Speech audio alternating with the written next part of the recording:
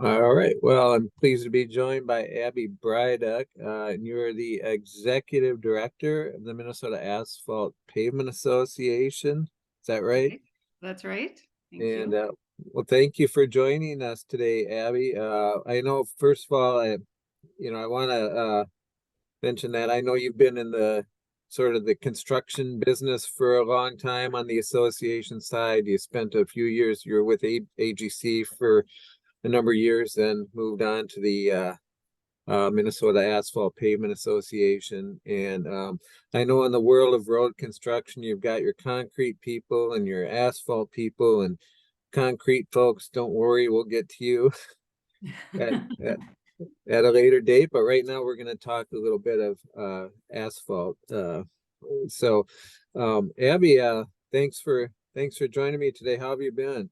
Oh, my pleasure. Great. Enjoying the summer, enjoying the wonderful weather for paving that we've had so far.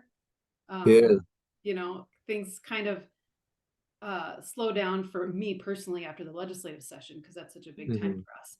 But then that's when our members move into the construction season. So we still keep a little bit busy, but a little bit more in the background maybe than earlier in the year. But yeah. Yeah, yeah, for sure. Well, we'll have to talk about the legislative session and some other things, but I was wondering if you could start out by just telling us a little bit more about the Minnesota Asphalt Pavement Association, your mission and the services you offer and that kind of thing. Yes, thank you for asking. So MAPA was formed in 1942 by a group of um, paving producers or asphalt producers rather, and has been going since then. They took a little break during World War II, according to the records. But so we've been around for quite a while. Our membership is made up of asphalt producers and lay down contractors, as well as what we call the associate members that every association has, who are sort of the more of the support part of the industry. We can have financial organizations, legal, we have equipment providers, aggregate producers, those kinds of things. So we've got a good group of those too. In total, we have 111 members, and 33 of those are the producer contractor types.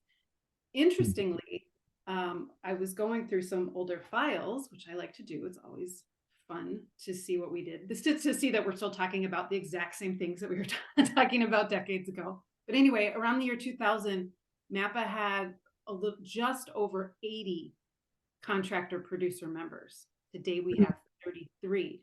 Of course, some of that's from attrition. Some people leave for various reasons, but by and large, that's absolutely from consolidation in the market. Mm, Our core member type used to be a small or medium sized family owned paving company, and that is just not the norm anymore. So mm, there are a few of those still out there, but there's just, like I said, there's been a lot of consolidation, and we've got some big companies now that are national companies that are work in Minnesota. So that's mhm, certainly changed the association dynamic, but also changed the dynamic within the paving industry. mm. Yeah. Yeah, you're certainly seeing that in a lot of industries. So, but yeah, you mentioned briefly the legislative session. Can you talk a little bit about that and some of the things you were tracking, and how did that turn out for your members? Sure, happy to. That this legislative session, I know you've heard and you've written about, was a big one, a really, really big one. Um, we had so many colossal pieces of legislation, complex pieces of legislation, just fly through the process. Um, and so we're still kind of picking up and finding things here and there that we didn't know got through and weren't tracking that, or that didn't show up until afterwards. So we're still doing that sort of post-mortem, but by and large, it was a pretty amazing session for transportation funding for sure. I've been working on transportation funding since about 2005.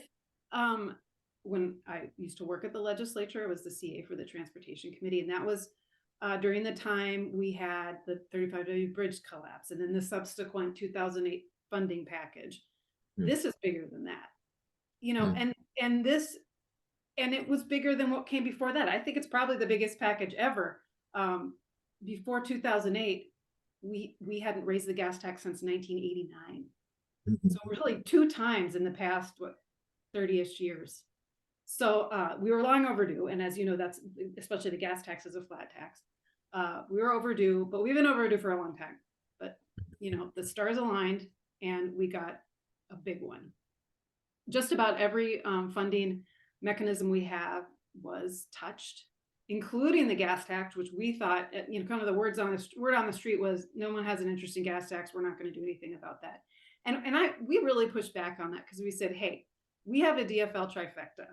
If we don't talk about gas tax now, we're not going to talk about it again, because it's done. It's done. Who else would be bringing it up? We always had to wait for the DFL to have a tax increase. But if they're not going to do it, then let's just call it a day. Let's say we're done with the gas tax. I don't know what we're doing next, but it's not that. Let's put an inflator on it and say goodbye. And to our surprise, that's actually what they did. I don't know if they've said goodbye to it yet, but we have now an inflator on the gas tax that corresponds to the construction cost index, which is even better for our industry, makes even more sense than the CPI, the Consumer Product Index, because the materials, the cost of the materials that go into paving follow different markets than the CPI. So that was huge. And like I said, we got they touched the motor vehicle sales tax, the registration tabs. Sales tax on auto parts, we got that from the general fund. A brand new fee or tax or fee, whatever you want to call it, that I think only Colorado has. It's a retail delivery fee that will be applied to retail deliveries like Amazon, Grubhub, etc. For purchases over $100, it'll be 50 cents, and that's going to go to roads and bridges. And so, that is kind of a nod to maybe what's next for transportation funding. The only thing that we didn't touch was electric vehicles. And I think that's going to be the next conversation we have in the coming years. As we we expect that EVs are going to take over the fleet pretty soon. Who, I don't know, it's 5 years, 10 years. And we've been begging legislators, please do it now before too many people have them. It's way easier to raise a tax on a smaller group than a larger group. But there are concerns, with the uptake, and they don't want to disincentivize people from buying electric vehicles. But I think we're going to move past that at some point, whether it's on your tab fee, like you would pay a registration tax when you get your car and yearly, or if it's a charge at the public charging stations, which a lot of people like that idea because you get people who come through the state rather than just residents. But I believe that's going to bring in a lot less money. I mean, most EV owners charge their cars at home. So anyway, there's a lot of discussion, but that's probably going to be the next thing. So to answer your question, yes, we followed transportation funding. That's our number one. We always support and promote anything to do with work zone safety. We've worked on automatic speed enforcement in work zones to some degree of success. We've got a pilot program that's out there for that.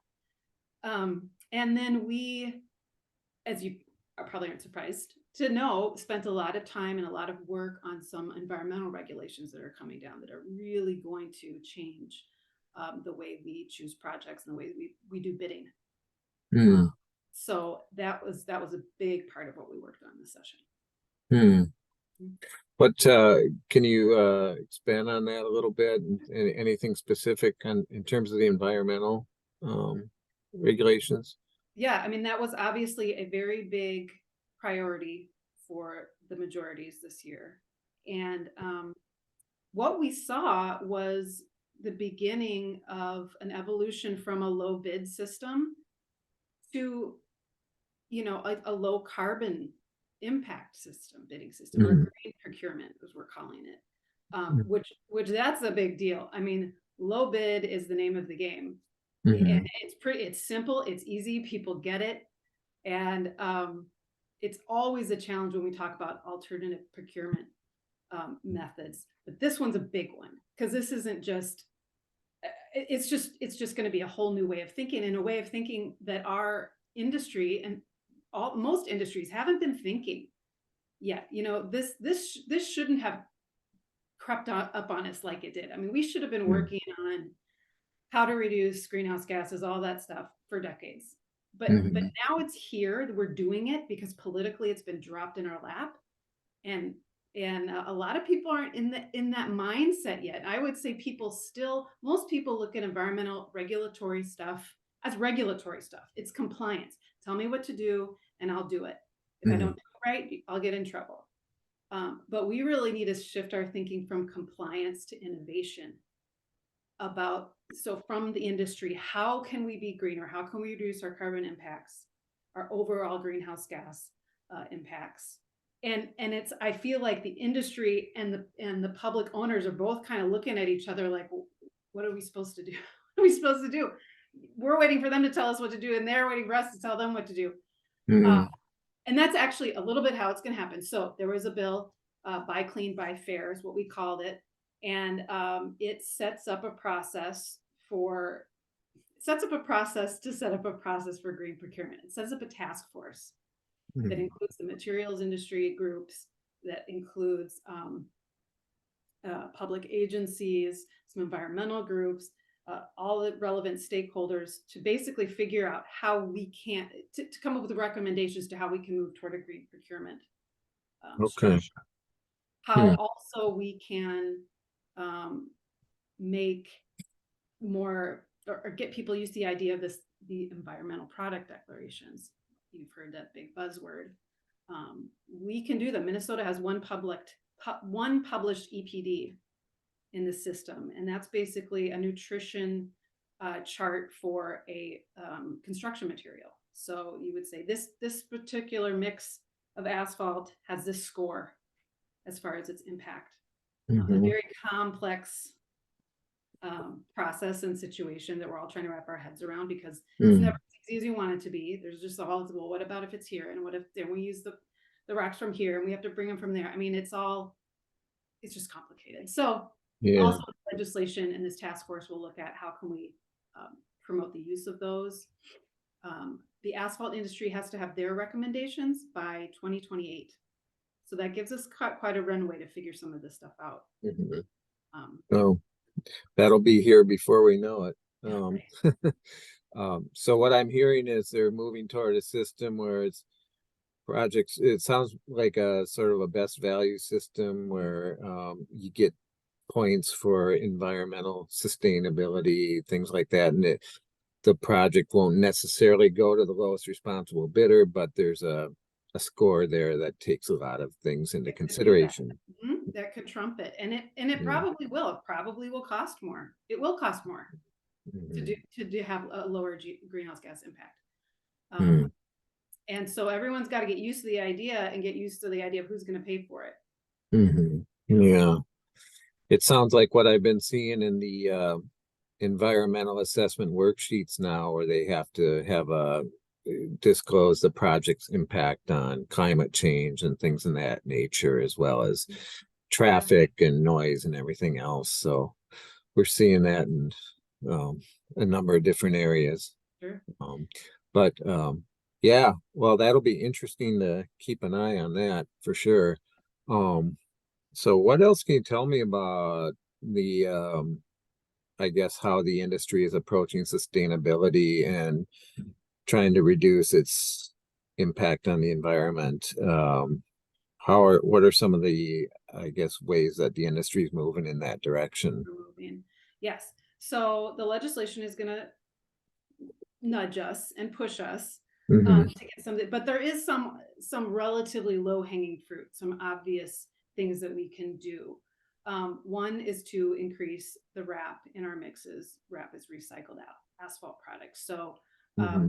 when a contractor will mill up a road, take that asphalt and they can mix it back in with virgin mix, and it costs less, and it's also, there's less of an environmental impact there of using that reused asphalt. So we typically use in Minnesota, and this is more DOT, about 25% is kind of the highest we'll see Hmm. of a mix in regular usage. But we do have a permissive spec that would go up to 45%. Um, it hasn't been used widely or much at all, as far as I know. Um, the concern there is some folks, some of the locals have concerns about the quality of the mix. We believe it has that we can withstand those high percentages amounts, get good compaction and get good long lasting product. But there is about some concern about the amount of recycled asphalt product that we have out there. It's kind of an unknown factor, but that's some of the pushback we're getting is we don't think we have enough of that to really ramp up that usage. But that's one thing. Another big thing is using additives to create a warm mix rather than a hot mix. So an asphalt product that isn't as heated up as high as it typically is, and you do this with certain additives. There's a couple benefits with that. Not only do you reduce your carbon or your greenhouse gas impact from creating heat, just creating heat and that energy. That's what increases the impact. But these additives also make it possible to pave later in the season. So they help in cold weather paving, which some areas of the north central states in the north central states region already use that a lot more. I mean, Chicago DOT, they required in any project that's done, say after November 1st, something like that. I'm not sure exactly the date, but something like that. So we've advocated for that for a long time, but the question there is who's going to pay for it? Is the contractor going to wrap that up into their bid, or is the DOT going to pay for it? Now those discussions are coming more and more to fruition about we really need to do this. So that's another one. The other just has to do with how we use the energy we use to operate plants. Electrification is one thing. Things like pipe insulation or using compressed natural gas. So all these different ways that you can get more energy efficient at the asphalt plant. So those are the easiest, the most low hanging fruit that we have right now. We'll be seeing in response to some of those pieces of legislation. Yeah. Well, and the quality part is huge, of course, because if you end up having to repave it again in half the amount of time, it's hardly good for the environment, right? Oh, absolutely. So, Although some of the environmental folks will say it doesn't matter if we don't have the road in 10 to 20 years because it's washed out because of climate change, so which is going to come first, and we don't really know that. No, but that's in the mind of the people who are making these regulations. That's where their mind's coming from. This is tantamount to anything else.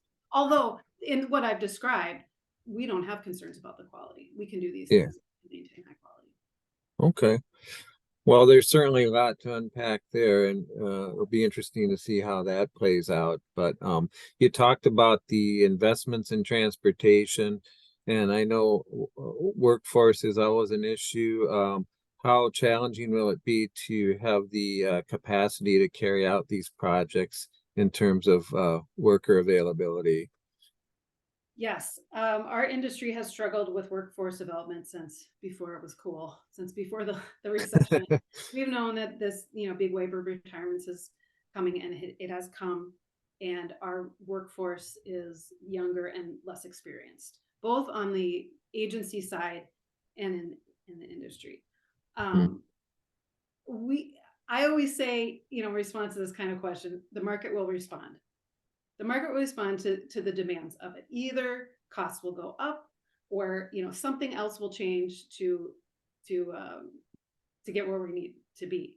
Some of our contractors are saying they're not at capacity right now. That there's more. They haven't worked to their full capacity, so there's more room in the market for work. Some are having challenges, and it kind of depends on where you are in the state. The workforce challenges are definitely different in the north or the west, Minnesota. So kind of a mixed response, but we know it's going to be a challenge. On the other hand, I think that a lot of younger people are going to be interested in some of the innovation that's going on within the industry about sustainability, and that's going to attract some different kind of people. Sure. Price wise, what can you say about where asphalt prices are trending right now? Well, everyone knows we were very high the last couple of years. We have seen some cooling there, and so I would say some leveling off. We've seen some relief from those high hot mix prices or asphalt cement prices, as well as fuel, which obviously goes into our general calculation because of trucking. Mm-hmm. Plays in the process. Aggregates are still high, and there's a suggestion that is still due to the costs of trucking. Obviously, Mm-hmm. also a huge shortage in workforce for the trucking industry, Yep. which can be related to a change in the training requirements at the federal level that came down a few years ago. We just don't get as many entrants because of the high barrier of entry for Mm. training to trucking. So that's still a very big problem. And so we think that could be why the aggregates are still that high. But asphalt prices have leveled off. Mm-hmm. And really helpful. We think we can pass those savings on to our public and private customers, which they have. Okay. Just to backtrack a little bit, can you talk about how you got into this line of work? And we talked about you had spent some time with AGC, and what got you interested in transportation and being in this industry? Well, right. Well, like so many of people I know in the asphalt industry, I was a women's studies major in college. I'm kidding. I'm not kidding about being a women's studies major, but sometimes I think however did Yeah. I get here from that? And Wow. I really don't know. Like all I could say was the 90s, and that's what my major was. Yeah, good for you. But I did. So I went to undergrad. I did that. I got after undergrad. I went to grad school and got a master's degree in political science, international relations. So Mm-hmm. that started sort of my movement toward where I am today. I came back from grad school and I worked on some political campaigns. And when we won the majority in 2005, I worked for the DFL. I came in as a committee administrator. So they give, if you win the majority, you get all these leadership positions and you give the jobs to all the people who helped you get there, right? So I was the committee administrator for transportation, and that was just simply a personality match with the chair. I didn't have specific policy background in that area, but you may remember Representative Bernie Leader was the chair back then, and Representative Fred Kornstein was the transit and transportation policy chair, and that they just selected me because we got along, I guess. So it was kind of happenstance, and so I started. The more you learn about something, the more it becomes interesting to you. So I Mm-hmm. had that journey there. We lost the majority. You lose your job. And I went to the Association of Minnesota Counties as their transportation policy advocate. And that was a really great experience getting to know the county engineers, getting to know Minnesota. We went to all over the state and stayed in obscure places I never would have gotten to.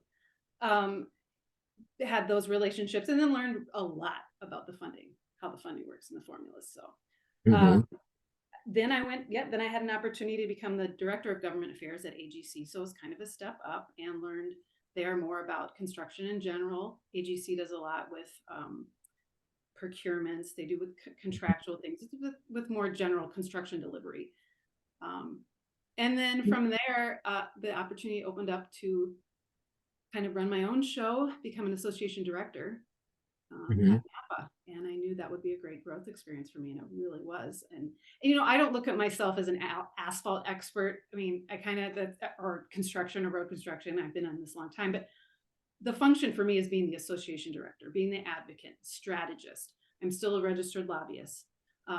Those kinds of activities. And we have very talented engineer on staff, Brandon Braver, who is really our technical guy. He has a passion for asphalt. And so it's a nice combination.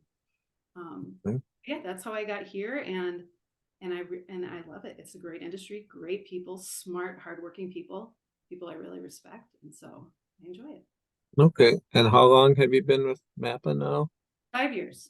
5 years. Okay. Yeah, Wow. Yeah, time flies. it really does. So, well, what else can you talk about? Anything else? Any sort of hot trends right now in the industry, or anything else you want to touch on before You I let know, you go? sure. I would say that, we're always engaged in new technology.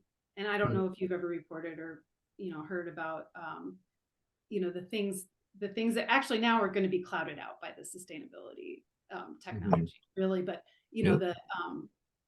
the intelligent compaction, thermal profiling, these technological components that can give you real-time information about the temperature of the asphalt that you're laying down, or um, and let you know if you've got uniform compaction, so that you can really make changes as you're paving the mat. And those things, Minnesota is actually a leader in around the country. Minnesota DOT.